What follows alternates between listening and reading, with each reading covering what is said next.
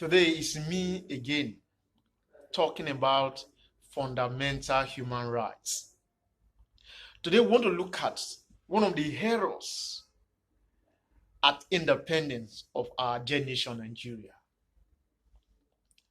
that has considered a clog on the wheel of our progress up to date.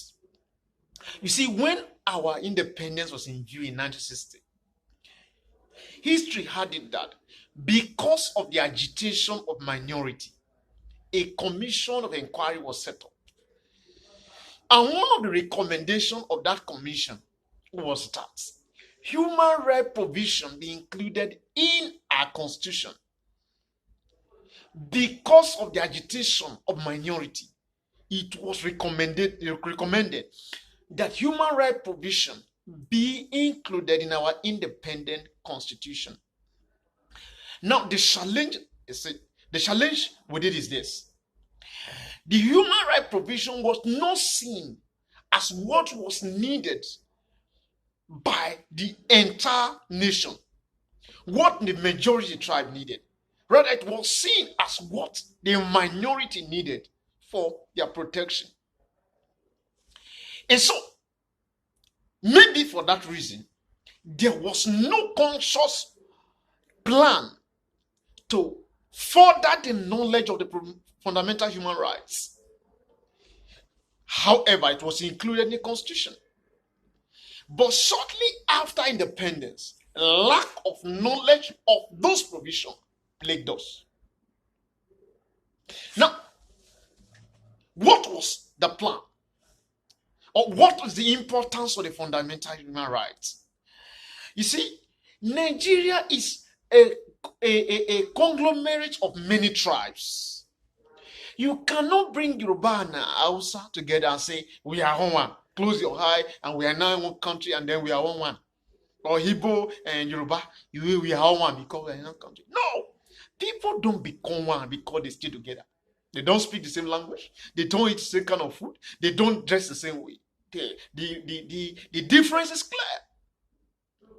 So, bringing them together as it were doesn't make them one. But the human rights provisions contain some virtue that makes humanity as a whole sees itself as one. For instance, the whole world was plagued by turbulence. And one leader sat down and taught it that human rights protection was the way to go. And that gave birth to the Human Rights Declaration of 1945. The Human Rights Charter was adopted.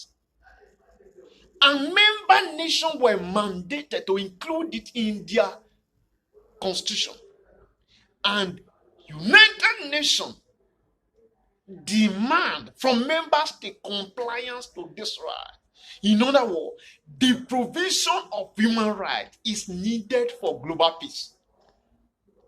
And therefore, any member state that needs peace in their nation were supposed to understand that human rights provisions were the pathway to peace and unity.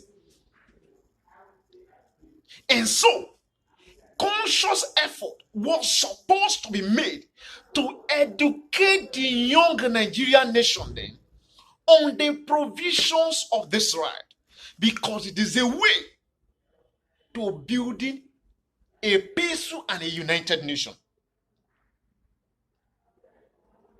And since independence up to date, we have allowed these provisions to be in the constitution, and no conscious effort has been made to educate the citizens on the provision of these rights.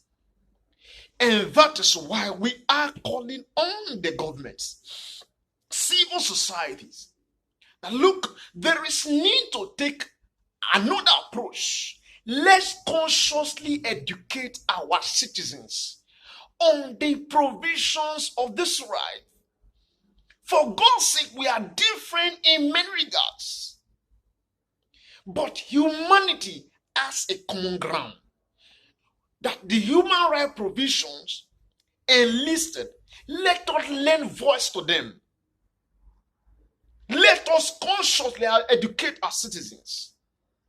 For instance, how can you be aspiring for a political position without a copy of Nigerian Constitution, without a sound knowledge of the fundamental right provisions? You are a threat to the unity of the nation. Because the fundamental right is saying something that is very vital for the peaceful coexistence of humanity. That is why it was adopted globally. And so we urge the government, civil society, let us together lend voice to these provisions and educate our citizens. For instance, I don't know why an adult in Nigeria should not have a copy of Nigerian Constitution. You have people who can quote Bible from beginning to the end, who can quote Quran from beginning to the end, but don't have a copy of Constitution. They can't quote a page, a chapter, a section of the Constitution. How will the people believe and love their nation when they don't know the laws of their nation? And this is what we have to do. We are leaning forward to the Constitution, because no matter how defective you think it is the way. It contains virtue that can show us the path to go. No constitution encapsulates everything it needs to have at a particular time. Constitution go through amendments, but for now, the Constitution contains virtue that can set a nation on course. And that is why we are calling again and again that this is the way to go.